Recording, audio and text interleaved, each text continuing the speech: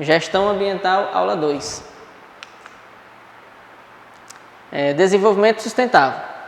O desenvolvimento sustentável procura satisfazer a necessidade da geração atual, sem comprometer a capacidade das gerações futuras, de satisfazer as suas próprias necessidades. Ou seja, é um conceito em que ele busca o desenvolvimento em nosso dia a dia, nossa alimentação, nosso ir para casas e vir, pensando nos nossos filhos e netos, para ter e desfrutar dos mesmos materiais e matérias-primas que a gente tem no nosso presente. Os conceitos-chave de desenvolvimento sustentável são as necessidades essenciais dos pobres no mundo, devem receber o máximo de prioridade, ou seja, aquela pessoa carente, aquela pessoa necessitada, tem a necessidade do seu abrigo, dos seus auxílios, da sua alimentação, de fazer o mínimo de refeições diárias possíveis, para ter a sua saúde em dias, a questão de banho, refeição, roupa e assim por diante. A noção das limitações que o estágio de tecnologia e da organização social impõe ao meio ambiente, impedindo de atender às necessidades presentes e futuras. Ou seja, essas tecnologias, elas utilizam de várias grades energéticas que no alavancar e como é que se fala, ao grosso modo, na velocidade em que eles vão consumindo, a gente não vai ter um limite X que vai atender a uma certa idade futura desses materiais, ou seja, eles vão exaurir bem antes dessas pessoas tiverem contato com as mesmas. As medidas para a implantação de um programa minimamente adequado ao desenvolvimento sustentável são o uso de novos materiais na construção, ou seja, hoje em dia os materiais de construção ele tem uma ciclagem bem rápida, aonde esses materiais, essas colunas são feitos através dela um novo tipo de concreto, são feitos uma britagem mais reforçada e são reutilizados novamente. A madeira em si é uma madeira reutilizável. Os plásticos são recicláveis, são destinados a questões feitas coleta seletiva e destinados a saneamento básico. Ou seja, hoje em dia, desde o início do licenciamento desse empreendimento, é coordenado e é feito o cronograma de coleta seletiva dentro desse ambiente, dessa indústria. Reestruturação da distribuição de zonas residenciais e industriais, ou seja, é feito todo um planejamento. Hoje, para poder fazer um loteamento, você tem que ter o plano desde a parte de elétrica, de civil, de esgoto, saneamento básico, abastecimento de água e assim por diante. O aproveitamento e o consumo de fontes alternativas de energia, como a solar, eólica e a geotérmica. Ou seja, na região da gente, a gente já tem um grande presente desse exemplo. Nas cidades vizinhas temos as questões da utilização e da construção de parques eólicos. Na nossa cidade tem uma questão também da distribuição desses parques solares e como é que se diz? O alavancar dessas energias renováveis em questões sociais, de empregabilidade e também nas questões ambientais, onde essas construções são todas licenciadas e todas correm um risco, uma rígida legislação, ou seja, leva ao pé da letra essas questões de saneamento básico e coleta seletiva.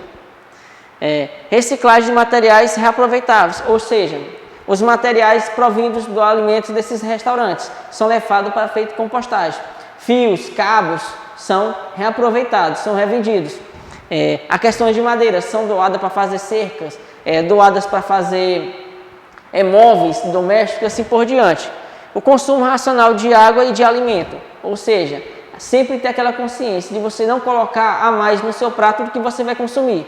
Ou seja, quanto menos rejeitos, menos trabalho e menos, menos alimento você vai tirar da circulação por ter uma ânsia maior de consumo do que é o necessário. Redução do uso de produtos químicos prejudiciais à saúde na produção de alimentos, ou seja, utilizar o menos possível de agrotóxico. Com isso, o que vai se trazer? Vai trazer um alimento, uma manga menor, vai trazer um caju menor? Mas vai ser saudável.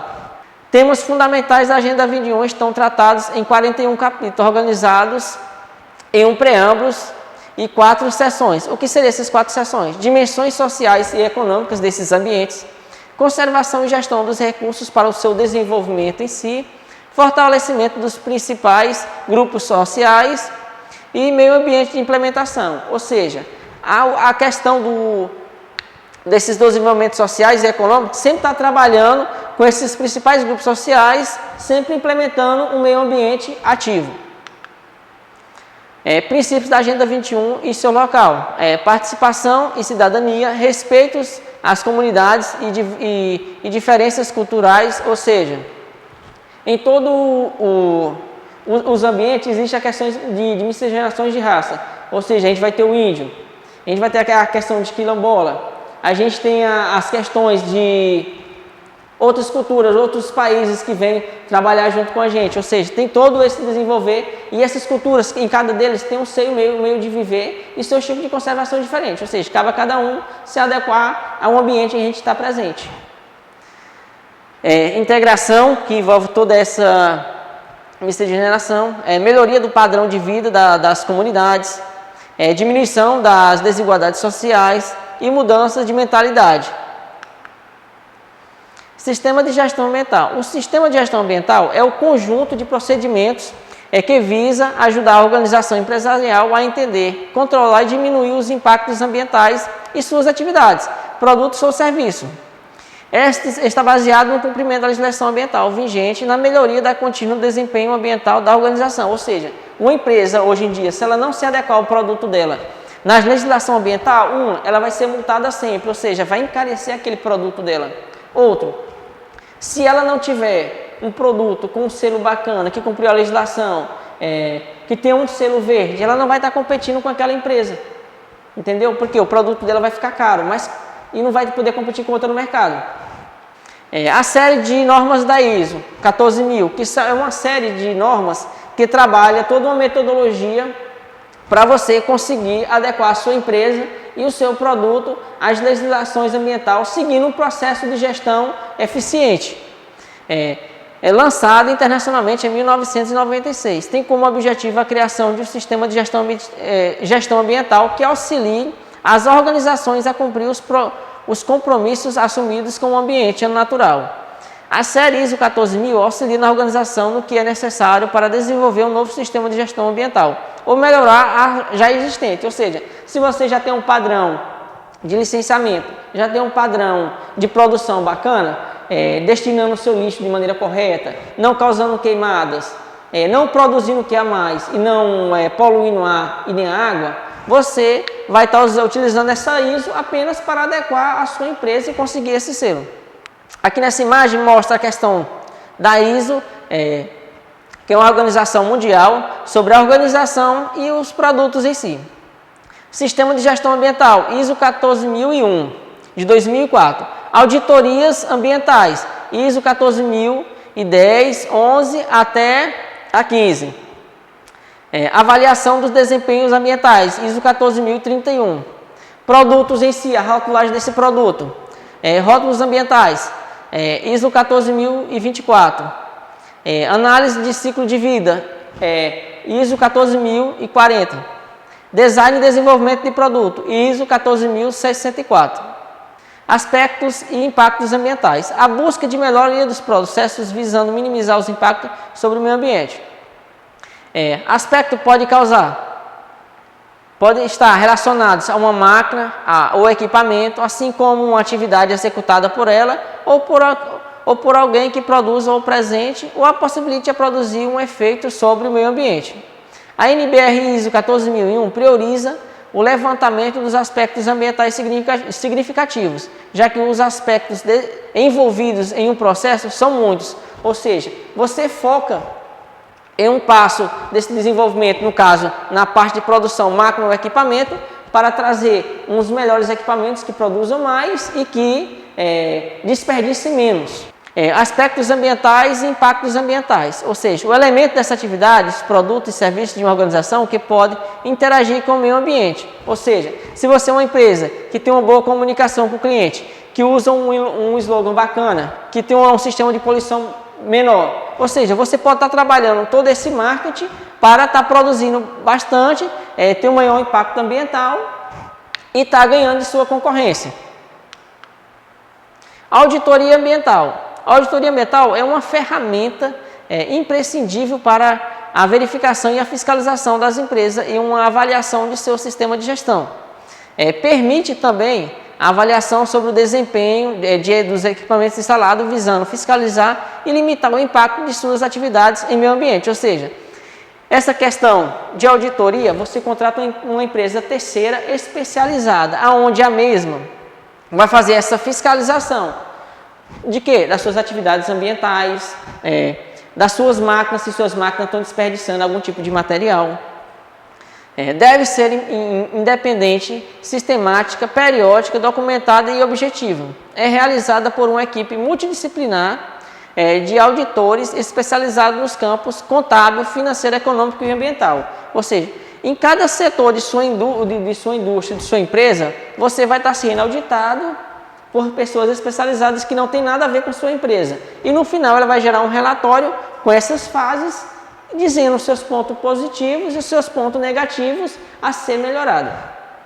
Tipos de rotulagem pelas normas são rotulagem tipo 1, que é NBR ISO 14024, rotulagem tipo 2, que é NBR 14021, e rotulagem tipo 3, que é da ISO 14025, que traz a 24, traz sobre os procedimentos para o desenvolvimento de programas de rotulagem ambiental.